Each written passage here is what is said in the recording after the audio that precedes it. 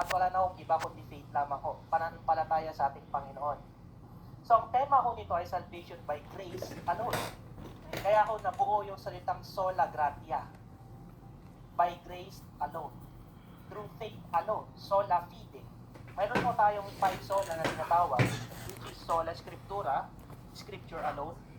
Solus Christus, ibig sabihin kay Kristo lamang makikita ang kaligtasan. Sola Gloria. By faith alone. Sola Diyo.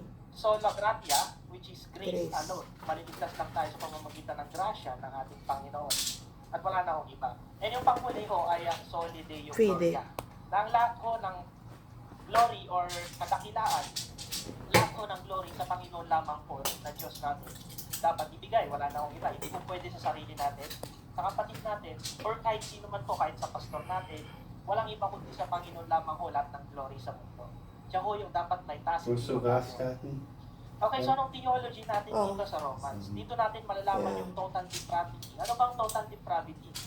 Na-discuss po natin ito last night.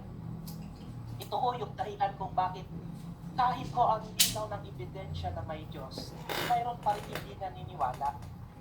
Kasi ho depraved tayo. Ibig sabihin ho, corrupted tayo. Tayo pong lahat ay makasalanan. Lahat ho tayo ng mga anak ni Adan at Eva, diretso hanggang sa pinakahuling ipapanganak, lahat ho tayo ay depraved. Ibig sabihin ho, malayo tayo sa Diyos. Lahat ho tayo hindi ho deserve pumunta sa langit.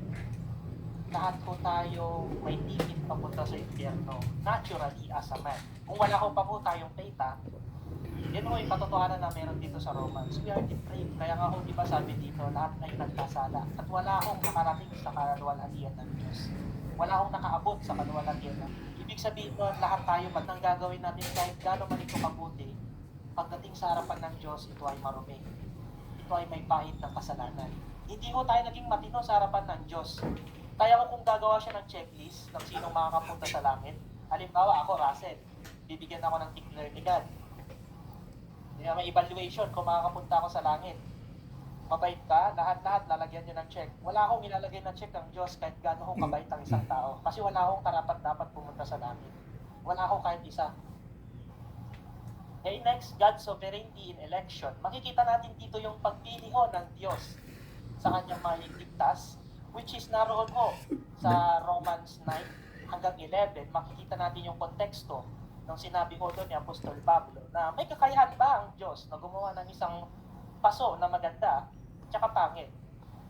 Kasi the decision, yung pagdi-decide ko para gumawa ng isang paso na maganda, isang paso na pangit, ay wala ko doon sa paso. Nandun ho sa manlilika, nasa pattern. Example ako, gagawa ako ng 2 paso. Yung isang paso gagawin ko maganda, yung isa gagawin ko pangit. Ang desisyon ko ay nakabase sa akin na pattern. Hindi ko nakadepende doon sa paso. Okay? And the righteousness of Christ imputed to sinners. Meron ho tayong tinatawag na double imputation.